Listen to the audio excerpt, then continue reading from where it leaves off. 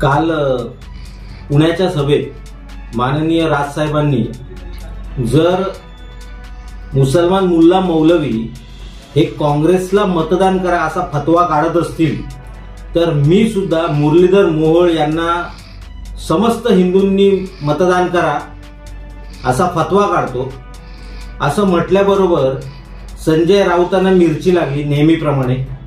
कारण हल्ली हिंदूंच्या बाजूने कोणी बोललं की सगळ्यात आधी जर कोणाला मिरची लागत असेल तर ती संजय राऊतांना लागत असते।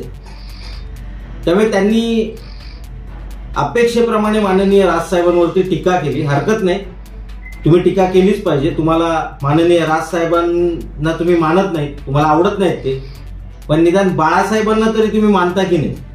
बाळासाहेबांचा आदेश तरी तुम्ही पाळता की नाही? बाळासाहेब हे नेहमी देशद्रोही मुसलमानांना लांड्या बोलायचे। त्यांच्या एका सभेमध्ये त्यांनी म्हटलं होतं की स्वतःच्या माणसांचा द्वेष करायचा आणि मुसलमानांना खुश करण्यासाठी प्रयत्न करायचे, अशांची खरं तर सुनता केली पाहिजे। हे माझं नाही, बाळासाहेबांचं म्हणणं आहे। आणि हे ज्यावेळी बाळासाहेब बोलले होते त्यावेळी तुम्ही बाळासाहेबांच्या सोबत होता।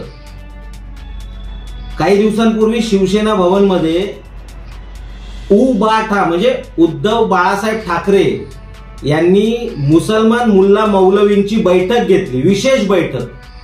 का तर लोकसभेला त्यांना चांगलं मतदान मुसलमानांकडून व्हावं म्हणून।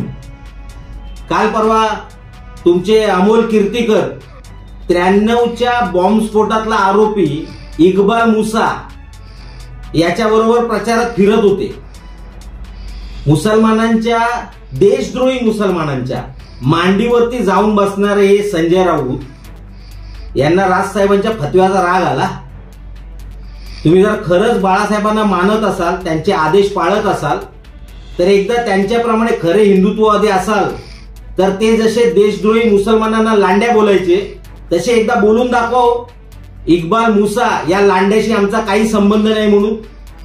आणि हे जर तुम्हाला जमत नसेल तर बाळासाहेब जसं सांगतात त्याप्रमाणे स्वतःची सुनता करून घ्या लवकरच।